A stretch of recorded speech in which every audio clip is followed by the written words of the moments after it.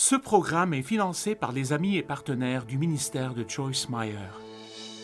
Le diable ne peut tout simplement pas supporter que vous disiez aux gens que Dieu veut les bénir. Le diable veut que vous n'ayez rien pour que vous ne puissiez rien donner. Je suis Joyce Meyer et j'ai vu la puissance de Dieu transformer ma vie et il fera de même pour vous. Vous voulez être heureux et être satisfait? Combien veulent ceci? D'accord. Vous ne pouvez pas le faire avec un pied dans le monde et un pied dans le royaume. Vous ne pouvez pas cacher un tas de choses sans vous en occuper. Vous devez suivre le programme de Dieu car il ne suivra pas le vôtre. Le contentement est le résultat de la justice, du fait d'être juste devant Dieu. Et oui, la Bible dit que nous sommes justifiés devant Dieu par le sang de Jésus-Christ. Il nous donne la justice, mais ensuite, nous sommes censés travailler avec le Saint-Esprit pour faire fructifier cela en un comportement juste. Nous sommes justes devant Dieu, mais notre comportement doit être conforme à cela. Dieu nous donne tout ce dont nous avons besoin, une graine de tout ce dont nous avons besoin, pour être tout ce qu'il nous a demandé d'être. Il ne nous demanderait pas de faire le bien sans nous donner la justice.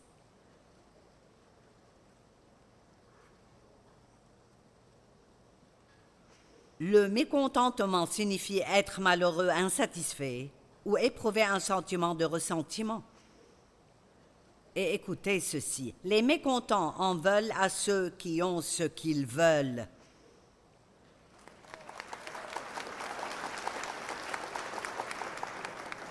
Et bien souvent, nous porterons des jugements. Ils n'ont pas besoin d'une maison aussi grande. Eh bien, tu n'aurais pas dû dépenser autant d'argent. Tu n'as pas besoin d'une voiture comme celle-là. Je n'ai jamais vu quelqu'un être jaloux de ce que j'ai s'il en a un aussi.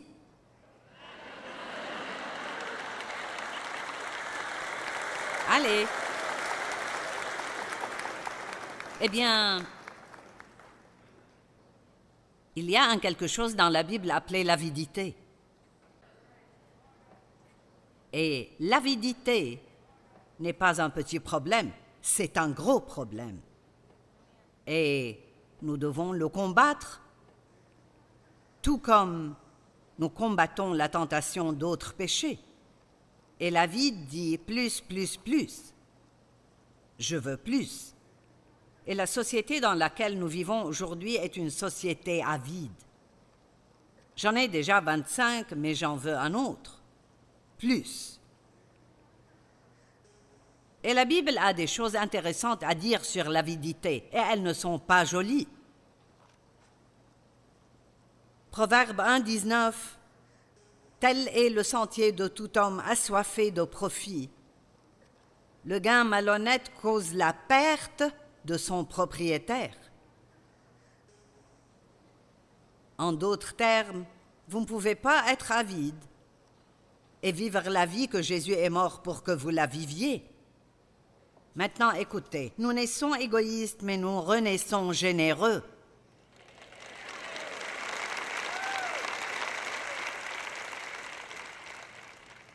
Nous sommes nés avides, mais nous renaissons donateurs.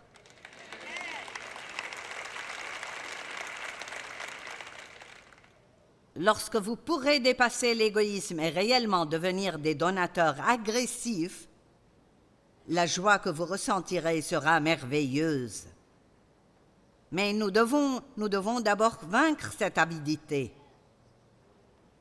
Le premier, c'est ce « et moi ». Et vous savez, pourquoi devrais-je donner tout ce pour quoi j'ai travaillé? Eh bien, il y a de la joie à donner. Il y a plus de bonheur à donner qu'à recevoir. Et je ne parle pas seulement de donner de l'argent dans l'offrande. Ne vous inquiétez pas, je n'accepte pas d'autres offrandes ici aujourd'hui. Je parle de vivre une vie de générosité.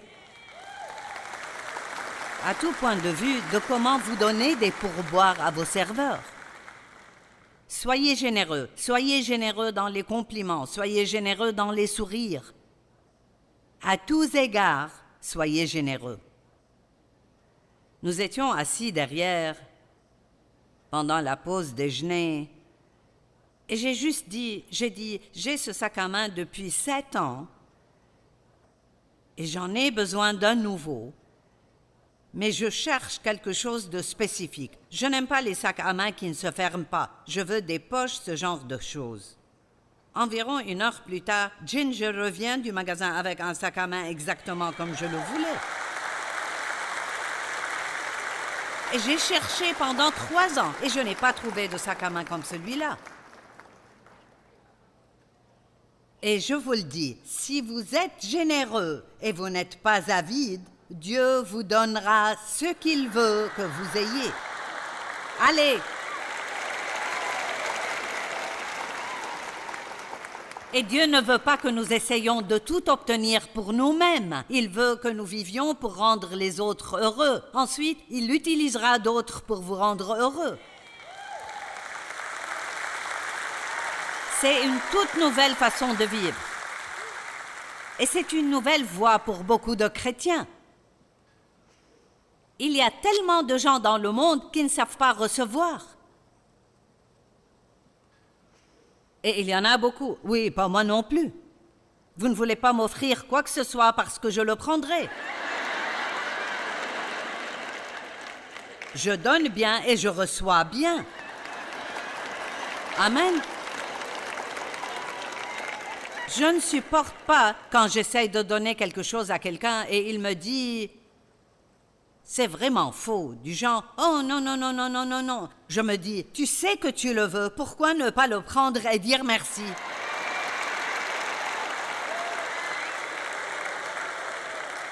Sans cette fausse humilité. « Oh non, non, non, non, non ». Je déteste ça. Parfois, si je veux donner quelque chose à quelqu'un, je demande à quelqu'un d'autre de le lui donner. Amen. Et vous savez, nous avons tous des domaines spéciaux dans notre vie. J'achète des chiens aux gens. Ne m'écrivez pas pour me demander un chien. Mais j'avais un chien pendant 12 ans et je l'aimais tellement et c'était une période différente de ma vie. J'avais beaucoup de gens pour m'aider. Et j'ai essayé 4 autres fois depuis lors d'avoir un chien et mon mode de vie et les chiens ne vont pas ensemble. Et donc, j'ai acheté et j'ai donné 4 chiens. Et maintenant, j'aime acheter des chiens. Alors quand j'entends parler de quelqu'un qui veut un chien, je me dis, j'en fais mon affaire. J'ai beaucoup de chiens qui portent mon nom.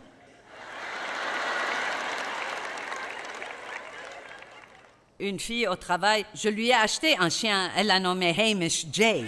Donc...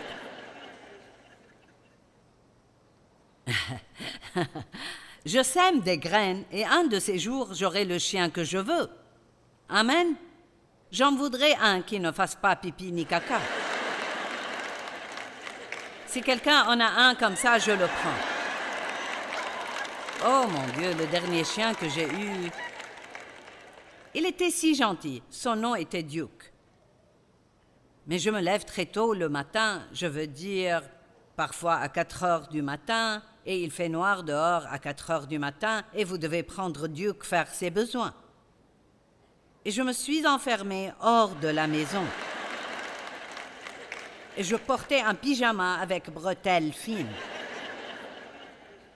Et je ne pouvais pas réveiller Dave, je n'avais pas mon téléphone. Je n'avais pas ma clé, je ne pouvais appeler personne, je ne pouvais pas entrer. J'ai dû me rendre chez un voisin à 4 heures du matin en pyjama.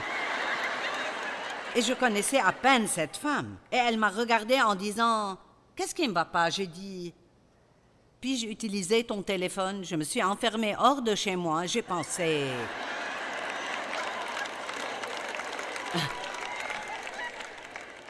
Je ne sais pas pourquoi je vous raconte cette histoire. Un esprit avide attise les conflits.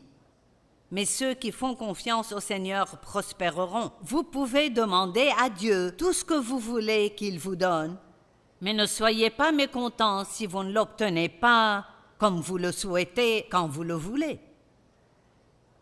Amen.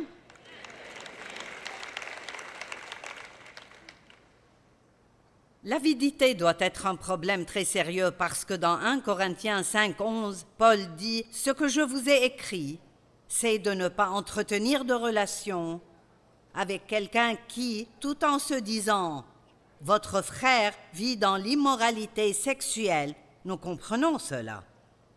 Et idolâtre, nous comprenons cela.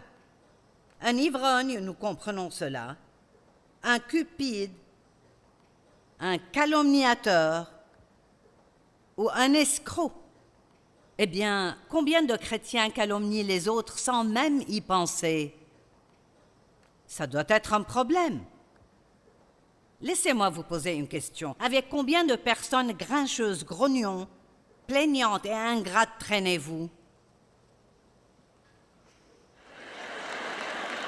Oh, vous me regardez comme...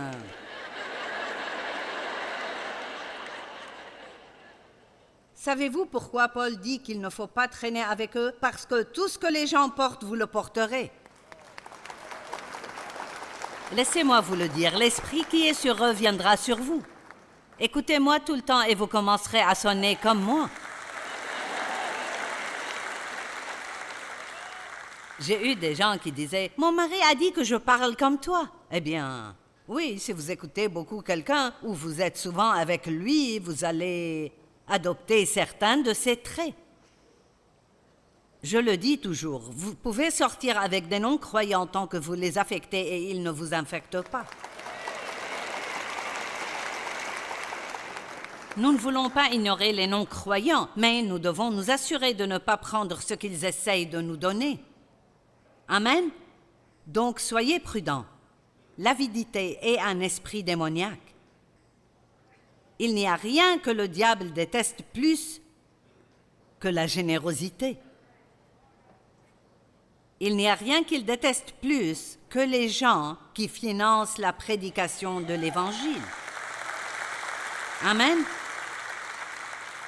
C'est pourquoi nous avons toute cette bizarrerie aujourd'hui dans l'attitude des gens concernant des offrandes. Vous devez faire attention maintenant, ne pas prononcer le mot prospérité. Eh bien, j'ai regardé l'autre jour, le mot prospérité est dans la Bible 121 fois. Qu'y a-t-il de mal à le dire? Dieu veut que vous prospériez.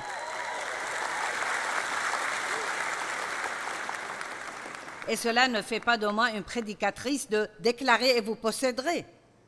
On dit que j'enseigne la théologie de la prospérité. C'est stupide. Ce n'est pas tout ce que je prêche. Cela ne représente qu'une très petite partie de ce que je prêche. Je prêche sur la maturité spirituelle. Le diable ne peut tout simplement pas supporter que vous disiez aux gens que Dieu veut les bénir. Le diable veut que vous n'ayez rien pour que vous ne puissiez rien donner. Maintenant, je me mets en colère.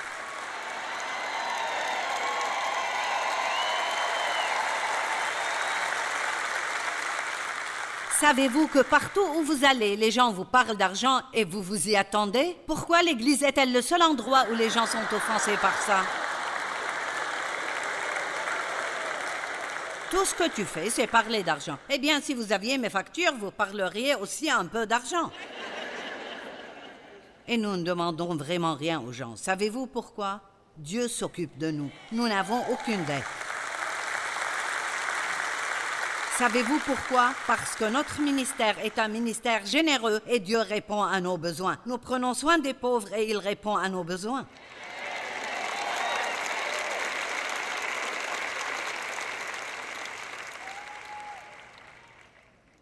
Wouh! Je passe du bon temps. Donner est tellement amusant. Arrêtez donc de penser à vous-même assez longtemps pour écouter ce que les gens disent. Les gens vous diront ce dont ils ont besoin. Je n'essayais pas exprès de dire à Ginger que j'avais besoin d'un sac à main. Nous parlions, mais elle m'a entendu. et elle est passée à l'action. Et c'est ce que je fais. J'écoute ce que disent les gens, puis j'agis. Dieu m'a dit, il y a longtemps, arrête de me demander de faire des choses que tu pourrais faire et que tu ne veux pas faire.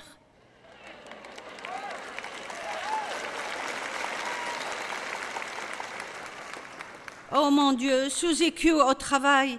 Son matelas a 30 ans. Pourrais-tu l'aider à obtenir un nouveau matelas? Il dit, achète-en lui un toi-même. Vous m'entendez? Certains d'entre vous sont plutôt déconnectés, c'est comme...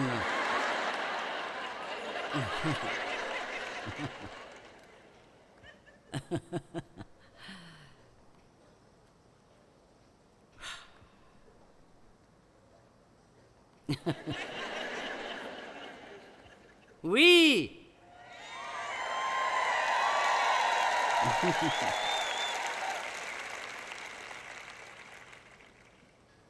Rendez le diable fou. La générosité est un combat spirituel. Vous savez cela? Eh bien, tu sais, je ne peux pas donner tout mon argent. Personne ne vous dit de tout donner. Je dis juste, soyez généreux.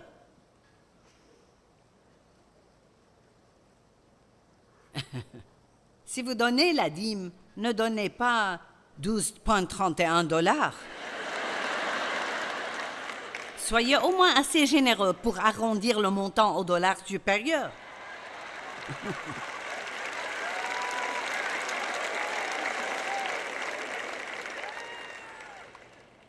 Ah, je vais m'attirer des ennuis si je ne sors pas d'ici. Allez, écoutez, soyons courageux. Regardons Malachie 3, 10 et 11. Apportez toutes les dîmes à la maison du trésor, afin qu'il y ait de la nourriture dans ma maison. En d'autres termes, partout où vous voulez manger, c'est là que vous devez donner. Mettez-moi ainsi à l'épreuve, dit l'Éternel, et vous verrez si je n'ouvre pas pour vous les fenêtres du ciel. Wow! Je suis contente qu'ils ne disent pas « Mettez-moi à l'épreuve et vous verrez si j'entr'ouvre la porte pour que vous ayez quelques gouttes. » Il dit non, je vais ouvrir les écluses du ciel et déverser tellement qu'il n'y aura pas assez de place pour que vous puissiez tout attraper. Je menacerai l'insecte vorace afin qu'il ne détruise pas les produits du sol. Eh bien, j'avais des fourmis partout dans mon évier ce matin. Dieu détruit ces parasites. Maintenant, beaucoup de gens disent « Tu ne peux pas... » La dîme est sous la loi. Eh bien, je ne discuterai pas avec vous à ce sujet, mais s'il pouvait donner la dîme sous la loi, que devrions-nous faire sous la grâce? Non, ne donnez pas la dîme, faites plus.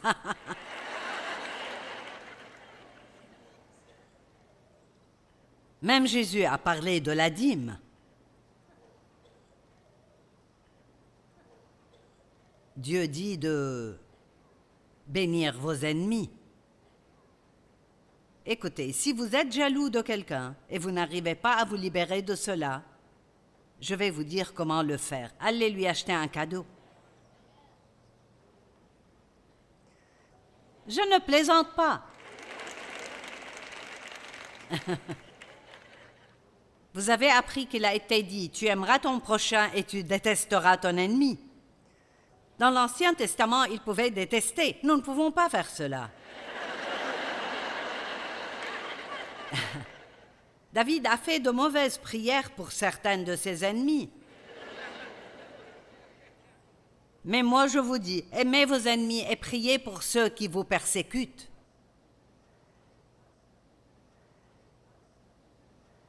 Et lorsque vous donnez à ceux qui vous ont maltraité, c'est moi qui dis cela, vous confondez et vous battez l'ennemi. Que va-t-il faire de vous si vous donnez à vos ennemis?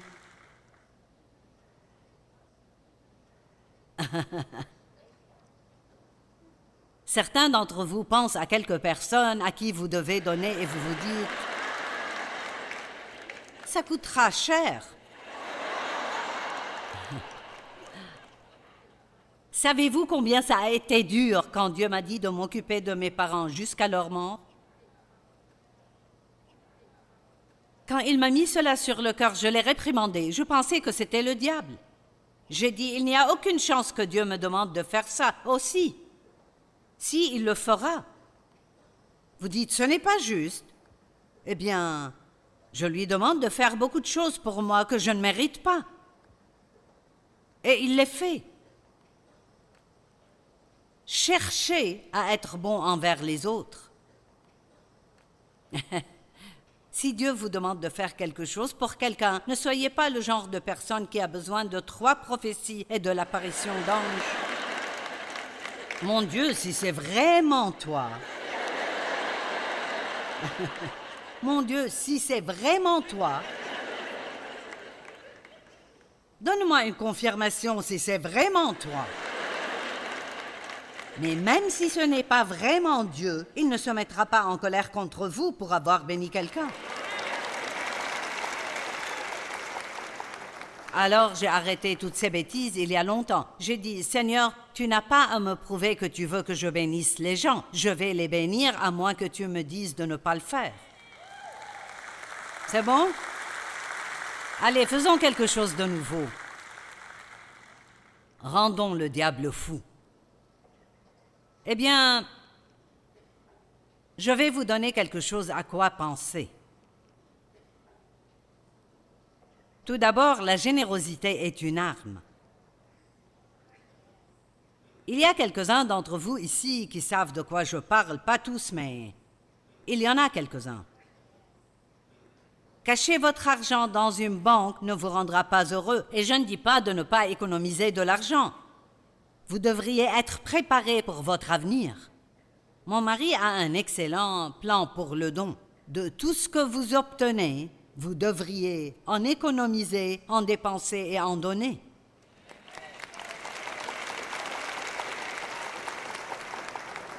Personne ne veut que vous travailliez et que vous ne dépensiez jamais d'argent pour vous-même. Je ne parle pas de ça. Mais ne gardez pas tout. Économisez-en, donnez-en, dépensez-en. Nous disons toujours, mon Dieu, je voudrais que nous ayons le pouvoir qu'ils avaient dans l'Église, dans le livre des Actes. Ok, vous voulez ce genre de pouvoir? Ananias et Saphira ont gardé ce qu'ils avaient promis de donner et sont tombés raides morts.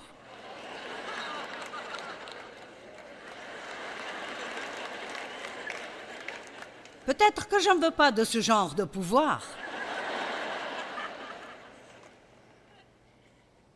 Et savez-vous comment ils vivaient? Tout le monde vendait tous ses biens et ils apportaient tous l'argent aux apôtres et tout était partagé entre tout le monde. Personne n'était dans le besoin. Eh bien, nous ne voulons pas vivre comme ça, n'est-ce pas? Je ne te donnerai pas ce pourquoi je travaille. Non, nous ne devrions pas donner de l'argent à des gens qui ne travailleront pas. Mais nous devrions aider les gens qui font de leur mieux et qui souffrent encore. Amen.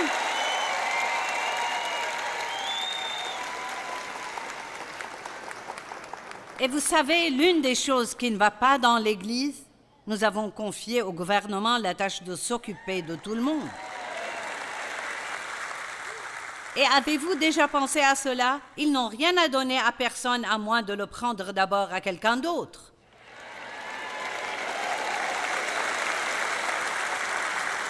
Oui, nous allons vous aider, mais nous augmenterons vos impôts. Ce n'est pas bien parce qu'ils donnent beaucoup d'argent à des gens qui ne veulent rien faire. Ils n'accepteraient pas de travailler. Dieu a dit que si vous ne travaillez pas, vous ne devriez pas manger. Je parle du fait que nous devrions aider les gens qui sont privés de leurs droits et qui font de leur mieux, mais ils ont besoin d'aide. Amen. Nous devrions toujours aider les gens comme ça. Si nous avions encore une semaine, nous pourrions réparer les choses, n'est-ce pas?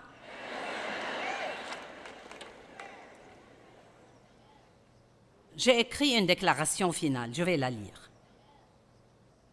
L'attitude de contentement a une voix. Elle dit que vous faites confiance à Dieu. Elle dit que vous êtes reconnaissant pour ce que vous avez. Soyez satisfait de ce que vous avez et Dieu vous donnera davantage lorsqu'il verra que vous êtes prêt. Le contentement est la porte du bonheur. C'est un combat spirituel contre le diable. Si vous n'êtes pas satisfait, alors vous chercherez l'épanouissement au mauvais endroit.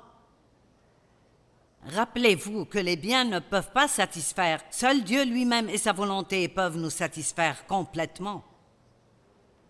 Si vous n'êtes pas satisfait, ne cherchez pas ce que le monde a à offrir. Cherchez Dieu.